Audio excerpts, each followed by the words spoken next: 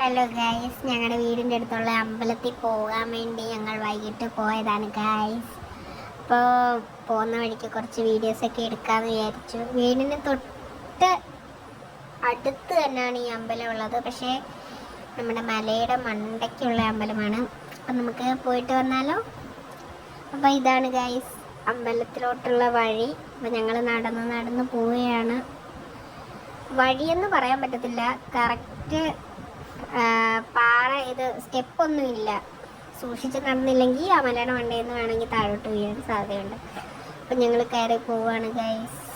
അങ്ങനെ കയറി അപ്പുറം ഇപ്പുറമൊക്കെ റബ്ബറും തോട്ടമാണ്, കാടൊന്നും അല്ല, റബ്ബർ തോട്ടമാണ്. അപ്പം അപ്പുറത്തോട്ടുള്ള വീഡിയോ ഒക്കെ എടുക്കുകയാണ് ഗൈസ്. തെറ്റിപ്പോയി.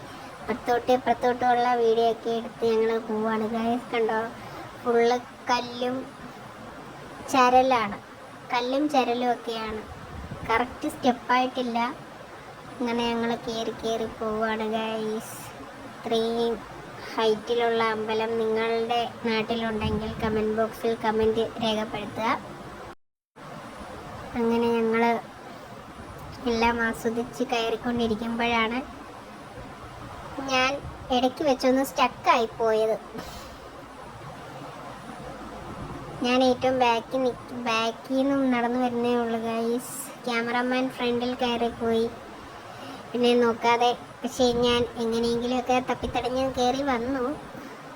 പകുതിക്ക് എത്തിയപ്പോൾ ഞാൻ അവിടെ കിടന്നു. എൻ്റെ കാല് ജസ്റ്റ് ചരയിന് ഞാൻ ബാക്കിലോട്ടങ്ങ് വീഴാൻ പോകേണ്ടതായിരുന്നു.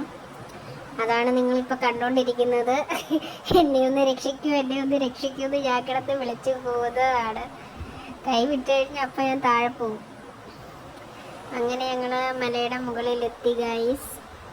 നല്ല വൈബാണ്. വൈകിട്ട് ഒരു 5:30 ആയപ്പോഴാണ് ഇറങ്ങിയത്.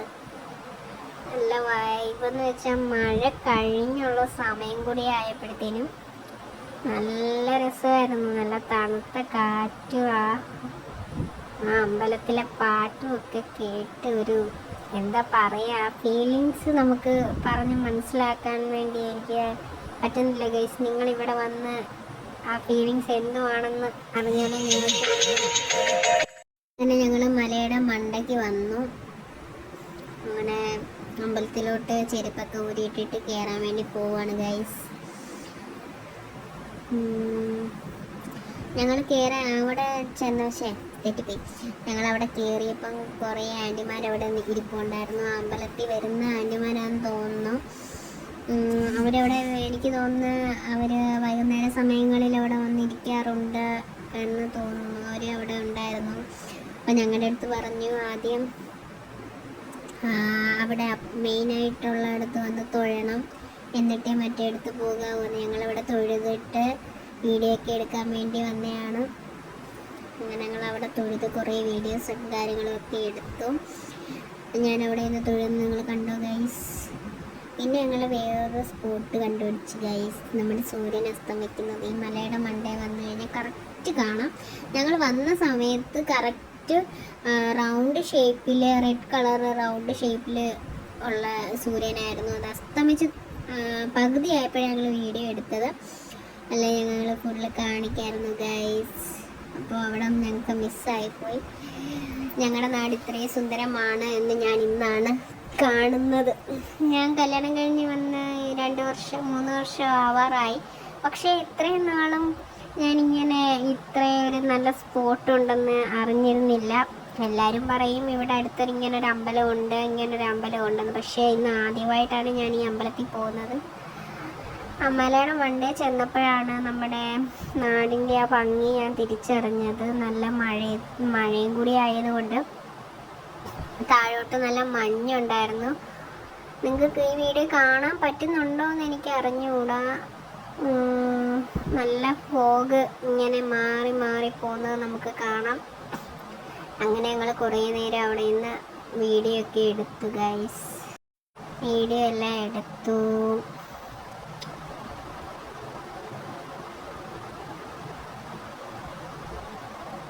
പിന്നെ കുറച്ച് ഫോട്ടോസും കാര്യങ്ങളും ഒക്കെ എടുത്തു. അപ്പോൾ ക്യാമറമാൻ എൻ്റെ അടുത്ത് പറഞ്ഞു എൻ്റെ ഒറ്റയ്ക്കുള്ള ഒരു വീഡിയോ എടുത്ത് തരുമോ എന്ന് ചോദിച്ചു. അപ്പം ഞാൻ ഒറ്റയ്ക്കുള്ള ഒരു ചെറിയ ഷോർട്ടായിട്ട് എടുത്ത് കൊടുത്തു. അത് ഞാൻ ഇതിൻ്റെ കൂട്ടത്തിൽ ആഡ് ചെയ്തിട്ടുണ്ട്. എന്നിട്ടും പുള്ളി കണ്ടിട്ട് തൃപ്തി വന്നില്ല. അപ്പോൾ പുള്ളിക്കാരൻ ഒന്നുകൂടി എടുക്കണേന്ന് പറഞ്ഞു. അതിന് ഞാൻ ഒന്നുകൂടി എടുത്ത് കൊടുത്തതാണ് ഗൈസ്. ഇന്നത്തെ വിശേഷം ഇത്രയേ ഉള്ളൂ ഗൈസ്. Tata bye bye.